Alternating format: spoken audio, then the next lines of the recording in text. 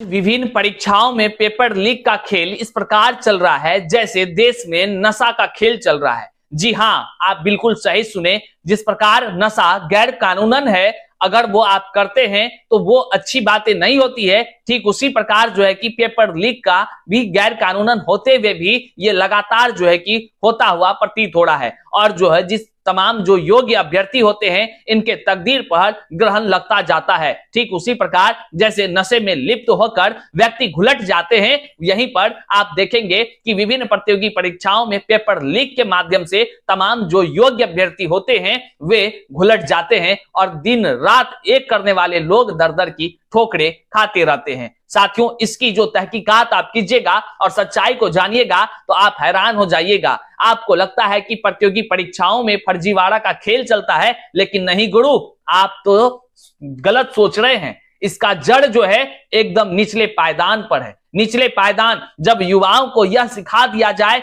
आरंभिक स्थिति में ही कि किस तरह से फर्जीवाड़ा करना है, तो वह व्यक्ति शुरू से अंत तक तो फर्जीवाड़ा ही सीख कर गया है, तो कहिए क्या वह योग्य कभी बन पाएगा? क्या वह देश की जो रीढ़ कही जाती है तमाम युवा शक्ति, क्या वह देश की रीढ़ बन पाएगी?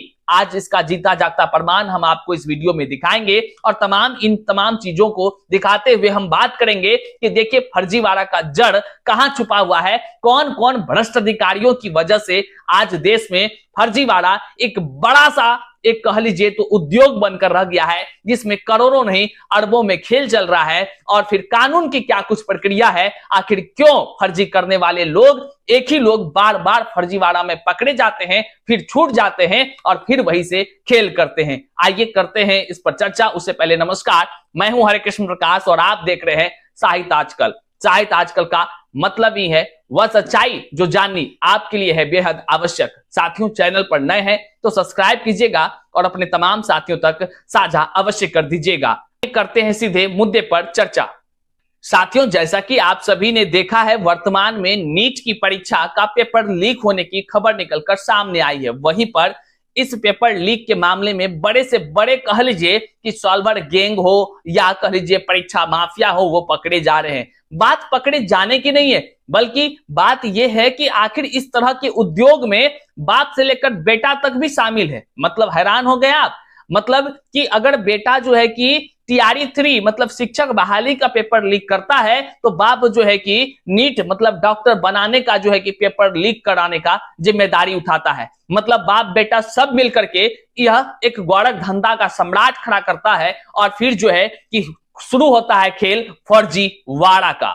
और यह फर्जीवाड़ा का खेल केवल प्रतियोगी परीक्षाओं में नहीं, आपने अभी जो देखा और आपने जो सुना वह सुना कि शिक्षक बहाली और दूसरी तरफ नीट की परीक्षा, केवल ये दो परीक्षा ही नहीं, ये तो एक उदाहरण है दर्जे का।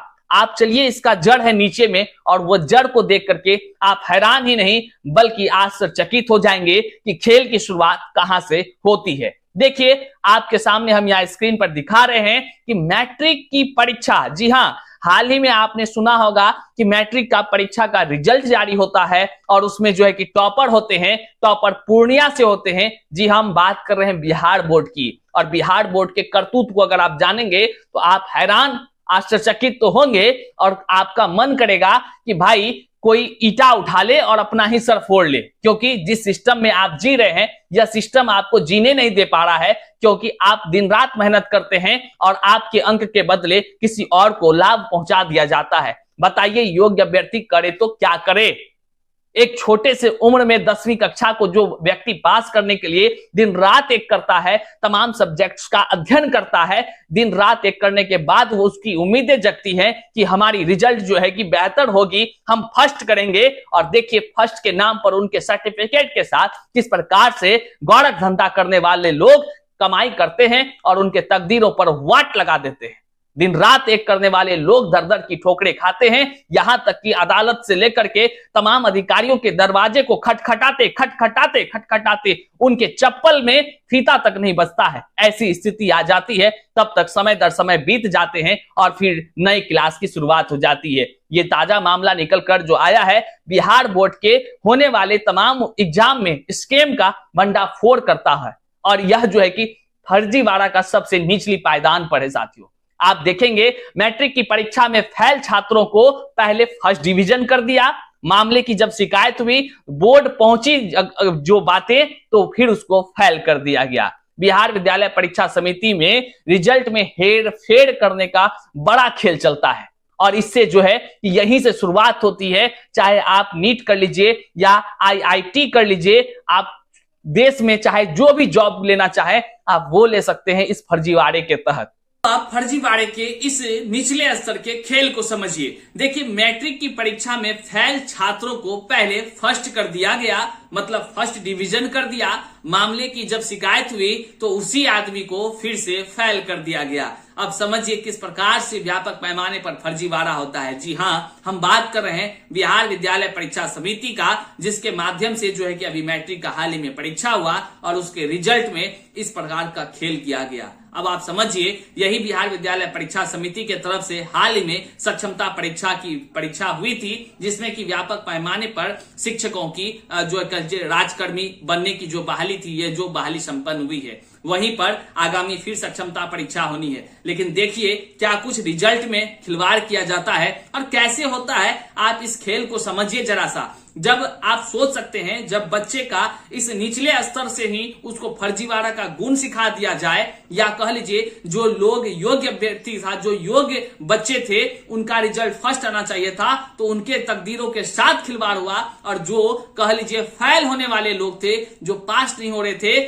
उनका कह लीजिए रिजल्ट में इस तरह का बदलाव करके उसको फर्स्ट कर देने से, अगर मान लीजिए एक योग्य बच्चा इंजीनियर बनना चाहे, अगर वो डॉक्टर बनना चाहे, देश के भावी पीढ़ी का निर्माता बनना चाहे, तो क्या इस तरह अगर उनके रिजल्ट के साथ छेड़छाड़ कर दिया जाएगा तो कहिए क्या वो कभी बन पाएगा? और जहां पर अयोग्य बच्चा जिसको नहीं बनना चाहिए था, वो अगर फेल था तो उसको पास कर देगा, तो बताइए क्या देश की रीढ़ जो है कि वही युवा कहलाएगा? समझिए कितने व्यापक पैमाने पर फर्जीवाड़ा हो रहा है। और ये कौन अधिकारी हैं, कौन सत्ता के शीर्ष पर बैठे अधिकारी हैं जिसको ये तमाम फर्जीवाड़े दिखते नहीं है? कौन अधिकारी है? क्या इस तरह से जो है कि निचले पायदान से, ये तो एक उदाहरण है 10 क्लास का या सर्टिफिकेट में फर्जीवाड़ा, और यह सोचिए व्यापक पैमाने पर होती है। ऊपरी क्लास तक, मतलब कि प्रतियोगी परीक्षाओं तक अब बात चला गया है। अब देखिए यहां पर किस तरह से फर्जीवाड़ा हुआ है कि फर्जीवाड़ा कॉपी जांच के बाद जब रिजल्ट बनाने की प्रक्रिया होती है तो वहां पर जो है कि यह बड़ा सा खेल किया जाता है। जो सॉल्वर गैंग के लोग होते हैं, या जो कह लीजिए सेटर होता है, या दलाल होता है, मतलब कि परीक्षा विभाग से लेकर के यहां तक जो तमाम बच्चे हैं उनके बीच के दलाल, इनके माध्यम से यह खेल किया जाता है और रातों रात सर्टिफिकेट के नंबर बदल करके रिजल्ट जारी कर दी जाती है। बताइए क्या कैसा खेल चल रहा है। हद तो तब होता है जबकि खेल करने वाला खेल करके एक ही दिन इस्तीफा देके निकल जाता है। देखिए जिन पर हेराफेरी का आरोप है वो 27 अप्रैल को ही जो है इस्तीफा देकर भाग गया। ये आपका जो है देख रहे थे अभी आप, मैट्रिक स्तर पर जिस प्रकार से खेल होता है, इस खेल को कैसे सर्टिफिकेट बदल करके योग्य के जगह अयोग्य को जो है पास किया जाता है, वो भी अच्छे डिवीजन से किया जाता है। अब आप समझ रहे हैं। अब यहां से जब बातें ऊपर उठती है, जो लोग मान लीजिए जो बच्चा को ये बच्चे में पता चल गया कि इस तरह से फर्जीवाड़ा करके हम सर्टिफिकेट हासिल कर लेंगे, तो बताइए वो फिर इंटर में जाएगा तो वहां भी क्या पढ़ेगा, वहां भी तो यही वो करेगा। और इसी तरह जो है कि कर्मी लोग जो है कि साथ देंगे और कह लीजिए पैसे की चंद लालच में वे सर्टिफिकेट फिर बदल देंगे। ये और भी ज्यादा गिरोह कह लीजिए तो एक्टिव हो जाएगा और यही वो बच्चा फिर जाकर इंजीनियरिंग में भी बहाल हो जाएगा और जाकर जो डॉक्टर भी बन जाएगा। तब ना आज देखने को मिलता है पुल जो है कि बनते ही धड़ाम से गिर जाता है, डॉक्टर जो है कि पेशेंट वहां जाता है इलाज कराने, पता चलता है पेट का इलाज कर रहा है, कर दिया है फेफड़ा का। तमाम तरह से बहुत सारा खेल चलता है, वहां भी मरीज की मौत होती है। निश्चित तौर से यह फर्जीवाड़ा ठीक उसी प्रकार है जैसा कि हमने शुरू में आपको कहा कि देश में जिस प्रकार से नशा कह लीजिए एक तरह से ऐसा बन गया है कि आज दीमक की भांति वह देश को खत्म करता जा रहा है। ठीक इसी प्रकार जो है कि आज देश में पेपर लीक और फर्जीवाड़ा का यह जो धंधा चल रहा है, देश के युवाओं के दीमक की तरह उसके तकदीरों को कह लीजिए समाप्त करता हुआ जा रहा है। अब आप जो है कि इससे ऊपर के स्तर को अगर आप देखेंगे तो अभी हाल ही में जो है कि नीट की परीक्षा आयोजित हुई है। नीट की परीक्षा में देखेंगे बाप जो है कि नीट का पेपर लीक कराने में माहिर है, तो बेटा जो है कि शिक्षक बहाली की प्रक्रिया में जो है कि पेपर लीक कराने में बहाल एकदम नाम रोशन किया हुआ है। बेटा जेल में है, बाप जो है कि भागा फिर रहा है, क्योंकि सब मिलकर पूरा गिरोह ही यही सब चीजों का चल रहा है। अब बताइए देश में ये हो क्या रहा है। अब जब जो है कि तहकीकात करने के लिए जो है टीम जाती है तो उसको पता चलता है कि छत पर जो है जला दिया था प्रश्न पत्र, सेटिंग के लिए किराए पर लिए थे कमरे, इस तरह की बातें निकलकर सामने आती है। वहीं पर जो मान लीजिए फर्जीवाड़ा का तंत्र में मान लीजिए बच्चे जो योग्य अभ्यर्थी हैं वो किस तरह से अपना पीड़ा को सुनाते हैं, वो जान करके आप हैरान हो जाइएगा। देखिए वो क्या कुछ कह रहे हैं कि अभ्यर्थियों की पीड़ा, नीट यूजी 2024 के पेपर लीक की आशंका के बीच छात्रों का दर्द जो बयां हुआ है, सुनकर के आप हैरान हो जाइएगा, रोने पर मजबूर हो जाइएगा। देखिए कर्ज लेकर पिता करवा रहे थे तैयारी, इस तरह की बातें कर रहे हैं। 2 साल से बुन रहा था सपने, बेईमान लोगों ने मेहनत करने वालों की उम्मीदों पर फेरा पानी। अब समझिए आप, कर्ज लेकर तैयारी कर रहे थे, कई साल से तैयारी कर रहे थे कि हाँ भाई हमरा जो है कि निकल जाएगा नीट का परीक्षा, लेकिन क्या हो रहा है, ये नीट तो एक हाल फिलहाल की घटना है। टीआरई 3 में पेपर लीक हुआ है, शिक्षक बन गए हैं बहुत सारे इसी तरह से सेटिंग गेटिंग करके। टीआरई 3 रद्द करना पड़ गया, टीआरई 1 टीआरई 2 में भी हुआ है। मतलब शुरू से लेकर अंत तक के तमाम अभी देश में जितने परीक्षा आयोजित हो रहे हैं सब में ये बातें सुनने को मिल रही है कि फर्जीवाड़ा फर्जीवाड़ा फर्जीवाड़ा। आखिर सत्ता के शीर्ष पर बैठे लोग इन बच्चों की बातों को क्यों नहीं सुन रहे हैं? जरा सुनिए उनके दर्द को। बच्चों को साथ बेईमानी हुई है। प्रभात खबर पर नीट यूजी से संबंधित जारी वीडियो में एक यूजर ने लिखा कि सर हम 2 साल से अपने घर नहीं गए, इसी आस में बैठे हैं कि हमारा भी नंबर आएगा, घर वाले भी हमसे उम्मीद लगाए बैठे हैं, पर इन घुसखोर लोगों ने सारी उम्मीदों पर पानी फेर दिया, सारे सपने खत्म कर दिए एक पल में ही। विजय गुप्ता लिखते हैं कि ये दिन रात मेहनत करने वाले बच्चों के साथ बेईमानी है और वहीं पर मेहनती छात्रों के साथ धोखा होने की बात निकलकर सामने आ रही है। रात भर जग कर पढ़ाई करने की बात सामने आ रही है। बच्चे के आंखों से आंसुओं की धार बह रही है, लेकिन एनटीए का जवाब है पेपर लीक नहीं हुआ है। वहीं पर जांच का प्रक्रिया चल रहा है, छात्रों का एनटीए से भरोसा उठ रहा है, एनटीए से भरोसा उठ रहा है, ऐसा छात्र लिख रहे हैं। वे कहते हैं, एक अभ्यर्थी ने लिखा कि उनका भरोसा एनटीए से उठ गया है। इस प्रकार के हाई लेवल एग्जाम का प्रश्न पत्र लीक होना काफी दुखद है। इससे उनके जैसे लाखों अभ्यर्थियों का मनोबल डाउन हुआ है। अब ऐसा लग रहा है कि पिछले एग्जाम में प्रश्न पत्र लीक होने की जो मुद्दा उठाया गया था, कहीं ना कहीं उस बात की सच्चाई ही थी। वहीं पर अब ये भी निकलकर सामने आ रही है कि एसबीआई के जगह जो प्रश्न पत्र जो एसबीआई में रखा जाता है, वहां से न लाकर के केनरा बैंक से लाकर के बांट भी दिया। बाद में 1 घंटा बाद पता चला, अरे रे ये तो गलती प्रश्न बांट दिए। फिर वहां से उठा करके उसको फिर से सही प्रश्न दिया गया।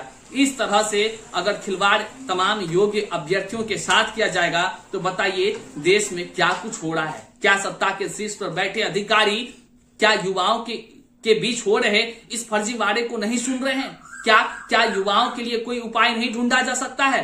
क्या इस देश में तमाम युवा इसी तरह दर दर की ठोकरें खाते रहेंगे? आज जरूरत है तो इन तरह के पेपर लीक, इन तरह के फर्जीवाड़ों से बचने का और युवाओं के तकदीर को बचाने का। सत्ता के गलियारों में केवल कह लीजिए वोट बैंक बनाने की जो होड़ लगी हुई है, उस होड़ से ऊपर उठकर सत्ता के शीर्ष पर बैठे अधिकारियों को आज जरूरत है तो देश में जो इन गद्दार अधिकारी हैं, जो फर्जीवाड़ा के काम को कह लीजिए करने में आतुर रहते हैं, वो कानून को भी मजाक उड़ाते हुए फिर से फर्जीवाड़ा, फिर से पेपर लीक करते हैं, उन पर नकेल कसने की जरूरत है। क्योंकि देश की युवा ही रीढ़ होती है। अगर युवा कह लीजिए उनके तकदीरों के साथ खिलवाड़ होता रहेगा और अयोग्य लोग इस फर्जीवाड़ा का लाभ उठाकर देश में कह लीजिए अनेक पदों पर बैठ जाएंगे, तो सोचिए देश की क्या स्थिति होगी। ये आपके ऊपर छोड़ जाते हैं कि आप क्या कुछ इसके विषय में सोचते हैं। कमेंट में जरूर हमें बताइएगा और यहां तक वीडियो देखे हम आपका आभार व्यक्त करते हैं। चैनल पर नए हैं तो सब्सक्राइब कीजिएगा और अपने तमाम साथियों को साझा कर दीजिएगा ताकि हमेशा आप सच्चाई से रूबरू होते रहें। यहां तक देखने के लिए बहुत बहुत शुक्रिया। प्रणाम।